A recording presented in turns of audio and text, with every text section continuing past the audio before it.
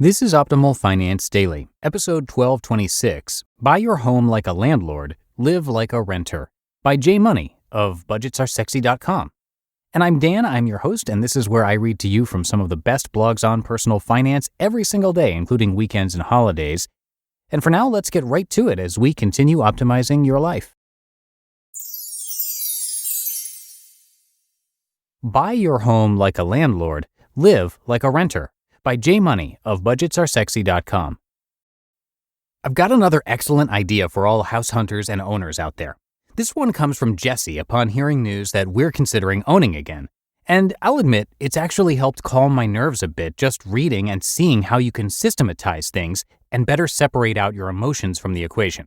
Something I'm notorious for, especially when big decisions are on the line. Check it out and see if it's something that might be able to help you too.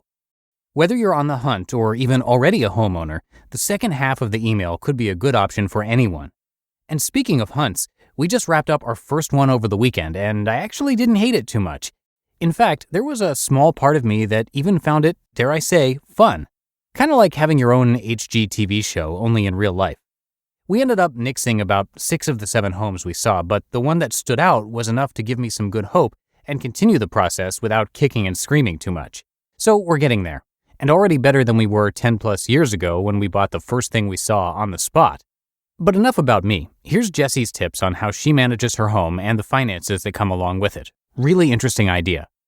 Quote, "Hi Jay, I've been reading for a long time and want to say thank you for all of the great tips and humor you bring to my inbox. We just hit $250,000 net worth this month, and a major part of that is because we bought our first house 3 years ago and it turned out to be a fantastic investment.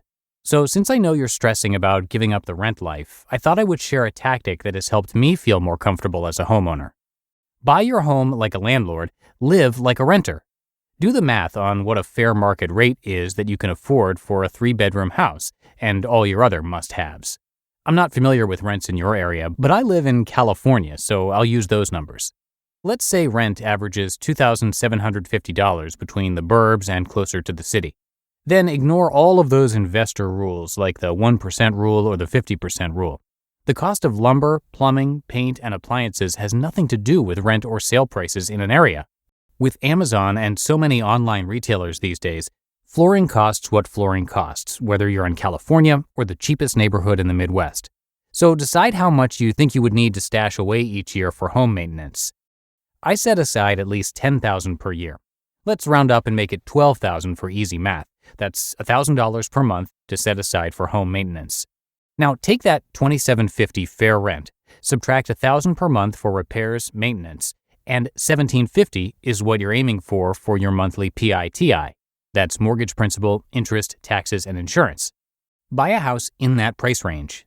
This is key. Don't overpay just because it's so cute. And set up a bank account just for the house. Every month, pay that bank account your $2,750 rent. Set up an automatic mortgage payment from that account. Every time you do a repair or maintenance that normally would be covered by a landlord, reimburse yourself from that bank account. If you buy furniture or cleaning supplies or other renter items, you pay for it out of your general living expenses. It starts turning into a game, seeing what the landlord will and won't cover, and how much the account can grow from your investment in your renters. At least for those of us that think budgeting is a fun game. If you buy right, the account will grow. And when it gets nice and full, you can splurge on a new roof, or a kitchen remodel, or pay down the mortgage. If the home value goes up, tap into that equity by opening a HELOC, but only use it as a house emergency fund. I treat mine like a super low-interest credit card and try to pay it off immediately. Best part is, you'll never be stuck with awful tenants. After all, if your landlord invested correctly, your rent should cover the mortgage, repairs, maintenance, and outsourcing those tasks as necessary. So buying the home yourself shouldn't be any different. Don't budge on that price, and don't forget that the mortgage is not the same as the rent. We hunted for nearly a year before we found the perfect house in our price range, and it wasn't even on the market. When the next door renters moved out, I called up their landlord and asked if he'd be willing to sell for X dollars. He did. We got an insanely good deal for the neighborhood and had $100,000 in equity within a year of purchase. Now, a lot of that is luck, but also because I refused to settle and overpay. And hey, think of all the shenanigans you can get away with when you're the landlord too. Cookie cutter house? No problem, you're the landlord. Add whatever character you want. Don't underestimate the power of fancy hinges and interesting window casings. Boys get a little wild and put a hole in a wall?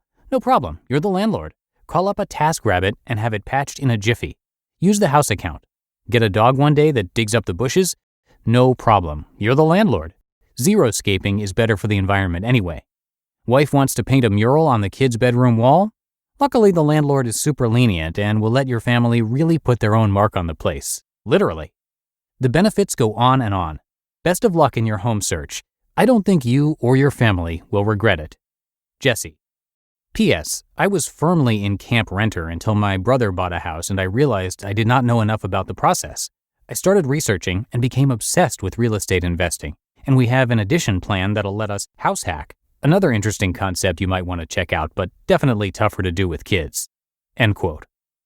Awesome, right? Treating your property like a rental, only you're the ones who are actually renting it. From yourself, I guess? And again, even if you already own your home, it doesn't mean you can't still try out the separating of accounts and finances like that. I don't know why it is, but I swear it's much easier to spend money that's earmarked for something than when it's just lumped together in a large savings account. It's as if your brain has already told you it's gone, so spend away. Which I suppose could backfire if you're trying to buy something ridiculous. But in terms of home ownership here, I think it's a worthy trick. You just listened to the post titled, Buy Your Home Like a Landlord, Live Like a Renter, by J Money of budgetsaresexy.com. All right, that should do it for today. Hope you are having a great weekend, and I'll see you right back here tomorrow for the Sunday show, where I'll have a post from Can I Retire Yet? And where your optimal life awaits.